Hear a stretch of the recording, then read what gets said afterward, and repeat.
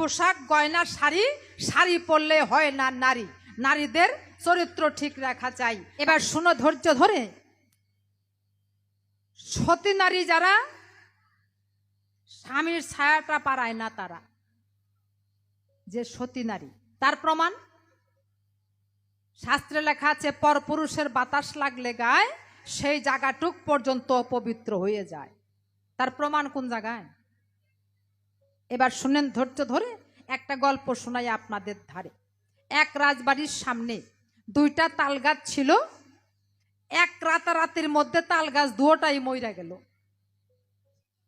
মহারাজ খুব চিন্তাযুক্ত, হায় রে, আমার গাছে কোনো অসুখ হইল না, কিছু হইল না, গাছ সঙ্গে সঙ্গে মারা গেল, কি কারণ? সকালবেলা ওই তাল গাছের নিচে বসে মহারাজ খুব চিন্তা করতেছে।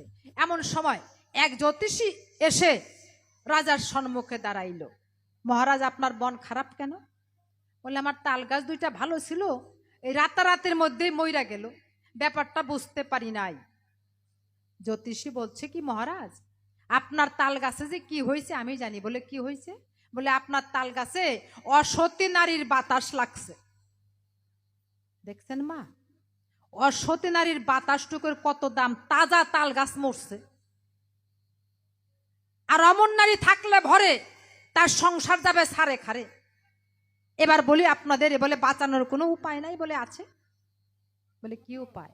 বলে, অসতী নারীর বাতাস লাগছে, তাল গাছ মরছে, যদি কোনো সতী নারী এসে রাজবাড়ি স্তনের দুগ্ধ তাল গাছে দিতে পারে, সঙ্গে সঙ্গে তাল গাছ ভালো হইব, আমি বললাম আপনার ধারে। যখন এই কথা বলল, মহারাজ তখন সারা রাজ্য জুড়ে দামামা পিটিয়ে দিল। বলল, যদি কোনো নারী এসে রাজবাড়ি স্তনের দুগ্ধ দিয়ে তাল গাছ বাঁচাইতে পারে, অর্ধেক রাজ্য আমি দিয়া দিব তারে। মাগো, রাজ্যের কথা যখন শুনছে, রাজ্যের যত নারী ছিল কই মাছের মতো কাতার ধরছে। যদি স্তনের দুগ্ধ দিয়েই রাজ্য পাওয়া যায়, ক্ষতি কোন জায়গায়? রাজবাড়িতে যখন গেল, নারীর তো একটা শরীয়ত আছে, তাই না? সুন্দর করে বেড়া একটা দিয়ে দিছে। জ্যোতিষী বলছে 1 মিনিট সময় লাগবে না, 1 সেকেন্ড সময় লাগবে, কিন্তু মহারাজ 5 মিনিট করে সময় দিয়েছে। তাল গাছের গুড়ে যাবে, স্তনের দুগ্ধ দিবে, 5 মিনিট দেখবে, যদি স্তনের দুগ্ধ দিয়ে তাল গাছ বাঁচে, ঘুরে আসবা আমার কাছে, আর যদি না বাঁচে তাহলে ওই রাস্তা দিয়ে গুজগুজিয়ে বাইরে চলে যাওয়া চাই। যত নারী ছিল তাল গাছের